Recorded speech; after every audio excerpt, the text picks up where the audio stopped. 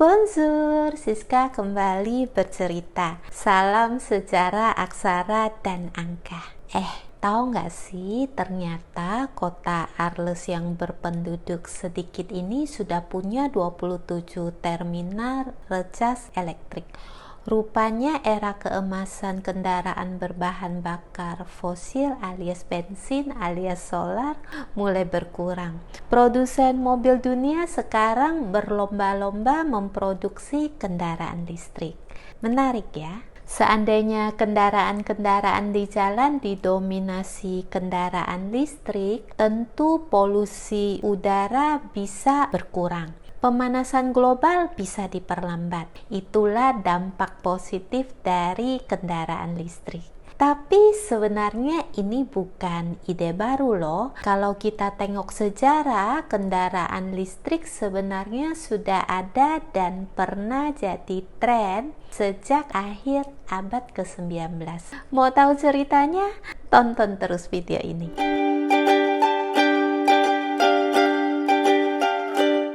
Kendaraan listrik pertama muncul sekitar tahun 1832. Penemunya Robert Anderson, seorang pengusaha Skotlandia. Waktu itu mobil listriknya lebih mirip gerobak atau gerbong. Sederhana banget bentuknya dan sudah memakai tenaga sel daya primer.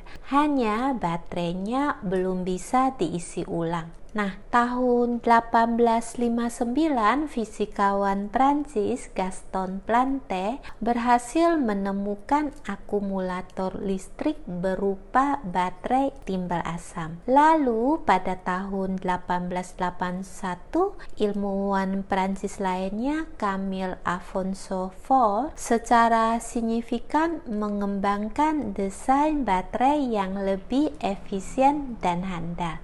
Tenaga baterai ini pun diaplikasikan untuk mobil-mobil listrik berskala industri. Mulailah tuh mobil listrik bermunculan di jalan-jalan.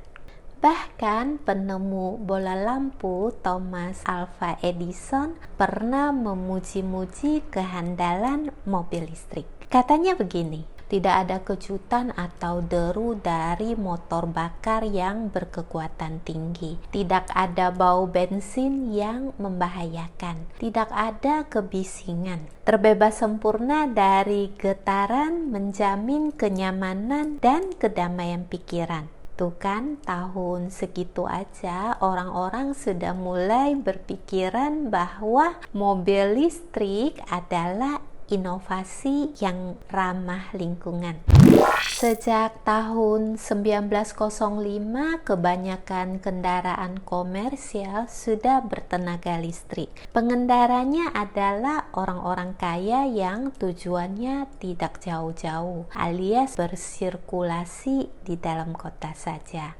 Waktu itu pengguna mobil listrik kebanyakan perempuan. Karena mobil ini tidak butuh tuas untuk menyalakannya dan tidak usah pakai persneling. Praktis. Makanya mobil ini jadi primadona sampai tahun 1920-an. Setelah itu popularitasnya menurun, kalah saing dengan mobil-mobil bensin yang mulai populer tahun 910-an. Yah, gimana lagi ya, jarak tempuh mobil listrik kan memang terbatas dan biaya operasionalnya pun tergolong besar. Mobil bahan bakar bensin, begitu kehabisan bensin tinggal dituang.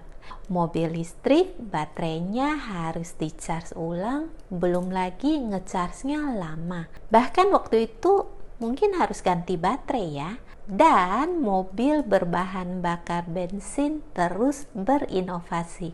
Fox Motor Company dari Amerika berhasil memproduksi mobil-mobil bensin secara massal, sehingga harga bandrolnya dapat ditekan hingga separuh dari harga mobil listrik. Karena inovasi itu, penjualan mobil listrik menurun drastis. Di Amerika Serikat tahun 1930-an, kendaraan-kendaraan listrik seperti langsung senyap dari pasaran.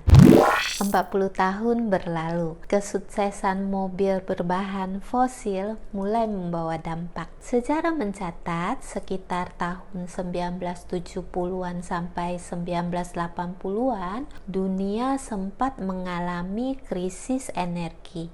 Momentum ini membuat perbincangan tentang kendaraan listrik marak kembali.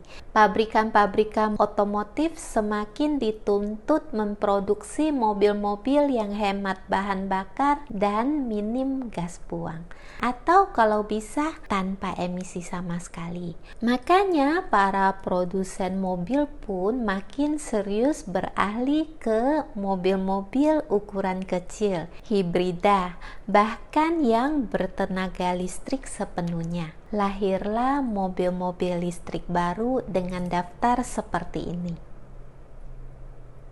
Nama-nama produsen dalam daftar itu tidak asing di telinga kita ya, seperti Tesla Amerika, Mitsubishi Jepang, Citroen Prancis, Mercedes-Benz Jerman, dan sebagainya.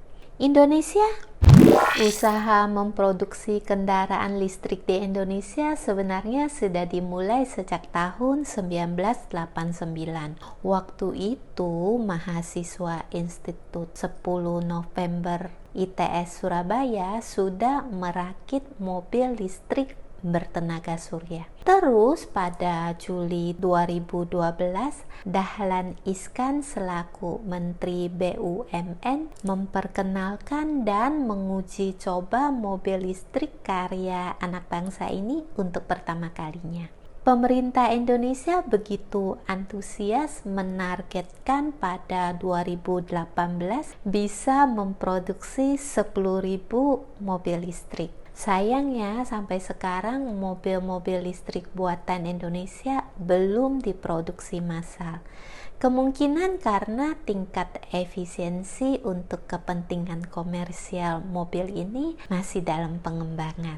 Tapi minimal sepeda motor listrik yang dulunya juga dirintis anak-anak ITS sekarang benar-benar sudah mengaspal.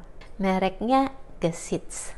Produksinya pun sudah massal ya, dan murni mengikuti skema bisnis.